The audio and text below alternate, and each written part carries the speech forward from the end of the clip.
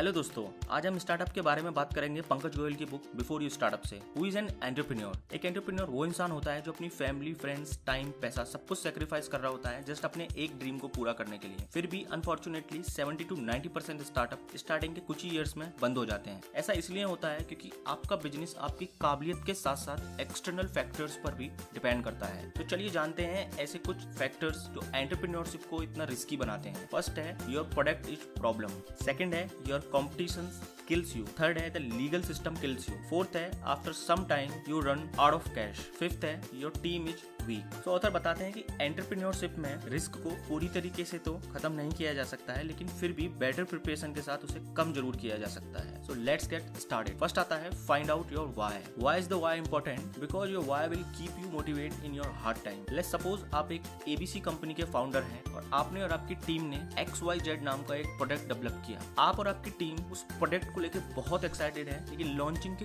कुछ टाइम बाद मार्केट से आपको उस प्रोडक्ट के लिए नेगेटिव रिव्यूज आने लगते हैं। बीइंग ए फाउंडर, आप ऐसी सिचुएशन में क्या डिसीजन लेंगे? फर्स्ट, आपको खुद को मोटिवेट रखना है। सेकंड, आपको अपनी टीम को मोटिवेट रखना है। थर्ड, आपको उसी प्रोडक्ट पर दोबारा से उतनी ही एनर्जी के साथ काम करना है। Can you imagine how frustrated will it be? So find out your why first, क्योंकि गिव अप वही लोग करते हैं जिनके पास सॉलिड रीजन नहीं होता है सिचुएशन से लड़ने के लिए।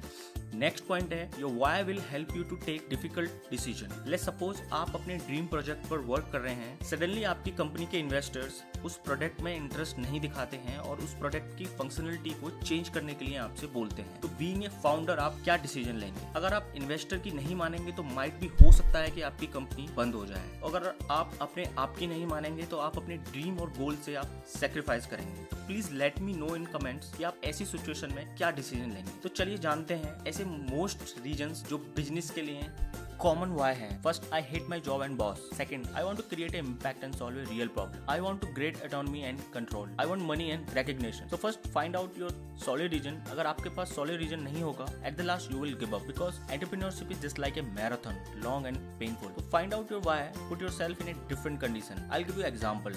अगर आपका मोटिवेशन कोई रियल टाइम प्रॉब्लम सॉल्व करना है, तो आप इमेजिन कीजिए कि आप एक ऐसी सिचुएशन में हैं जहां पर आपने एक बहुत बड़ी प्रॉब्लम को सॉल्व किया है, लेकिन उस प्रॉब्लम को सॉल्व करने के बाद भी आपको कोई जानता नहीं है, नहीं आपने मिलियंस ऑफ डॉलर अर्न किए हैं। तो क्या ये सिचुएशन आपकी ईगो को सेटिस्फाई करेगी? और अगर नहीं करेगी, then this is not your why. Listen to your ego, not your brain, in order to find your why. After all, ये केवल आपके लिए ही है। After knowing your why, evaluate your business idea. Generally लोग बिजनेस आइडिया को ऐसे evaluate करते हैं। First, do I like this idea? If no, then drop it. If yes, then quick search on Google. Then is somebody offering it already? If yes, then drop it. Otherwise, do my friends like it? If no, then drop it. Otherwise, yes, let's go do it. ये एक गलत तरीका है business plan को evaluate करने का। So how to evaluate your business plan correctly? First, create some micro test. Author बताते हैं कि आपको अपना आइडिया एग्जीक्यूट करने से पहले कुछ मार्केट सर्वे करने चाहिए, ताकि आप जान सकें कि that people will really like to use your service or product in future. इसके लिए आप surveymonkey.com जैसी वेबसाइट की हेल्प ले सकते हैं, या फिर अपनी खुद की एक वेबसाइट बनाकर उस पर अपने प्रोडक्ट या सर्विस का सर्वे कंडक्ट कर सकते हैं। नेक्स्ट पॉइंट आता है in the beginning target few number of people. Don't think to target millions of people in the beginning. Let's assume 100। क्या आप इनिशियल 100 लोगों की प्रॉब्लम प्रॉफिटेबली सॉल्व कर पा रहे हैं या नहीं? If yes, then expand your business. Next point है evaluate your idea with time limit. कहीं आप ऐसा आइडिया तो एग्जीक्यूट नहीं कर रहे हैं जो कुछ सालों बाद आउट ऑफ मार्केट या आउट ऑफ टेक्नोलॉजी हो जाएगा, जैसे कि पेन ड्राइव का मार्केट आज से कुछ साल बाद लगभग खत्म हो जाएगा, क्योंकि अब लोग क्लाउड पर अपना डेटा सेव करने लगे हैं। So evaluate your idea with a time limit कि कुछ सालों बाद मेरा idea out of technology, out of market तो नहीं हो जाएगा। नेक्स्ट पॉइंट आता है how much cash it will take for next 3 years. क्या आपके पास ऐसे इन्वेस्टर हैं या आपके पास इतनी सेविंग्स हैं जो नेक्स्ट कुछ ईयर्स में अगर आपकी अर्निंग भी नहीं होती है तब भी आप कंपनी को सर्व कर सकें? Calculate each and every expenditure